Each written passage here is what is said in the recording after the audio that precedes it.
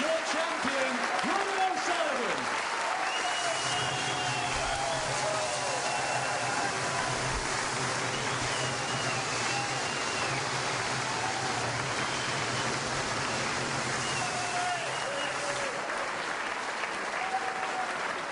So Ronnie joins the likes of John Higgins and Ray Reardon, Steve Davis and Stephen Hendry as a four-time world champion in the modern era.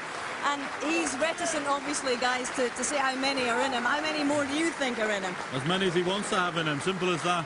He's got more talent than any human being has a divine right to have. He's been sprinkled with stardust, that boy, he really has. And when he puts it all in, he's unplayable at times.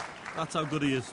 Sum up his Crucible campaign this time, compared with the other three.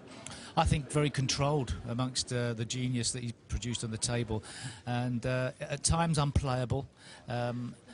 At his worst moments in the event, he was controlled, his safety was good, everything was really in place. And obviously he's praised Steve, he's a sports psychologist, and from my perspective that's the best ever Ronnie O'Sullivan we've seen at the World Championship.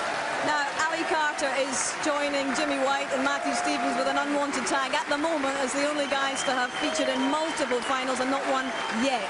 But what has he proven to himself and to everybody else watching here this campaign, John? Well, he's certainly good enough to compete. He shouldn't be thinking about flying an aeroplane. He should be thinking about playing snooker, because he's certainly good enough. And listen, he's lost in 2 finals to a genius twice.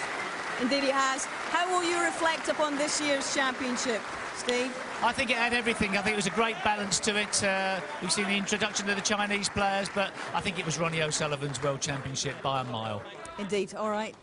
Well, gentlemen, it's been terrific to share these last 17 days with you. I think it's time we all took the long rest. Ronnie's going to take a long rest for a good few months, I would imagine.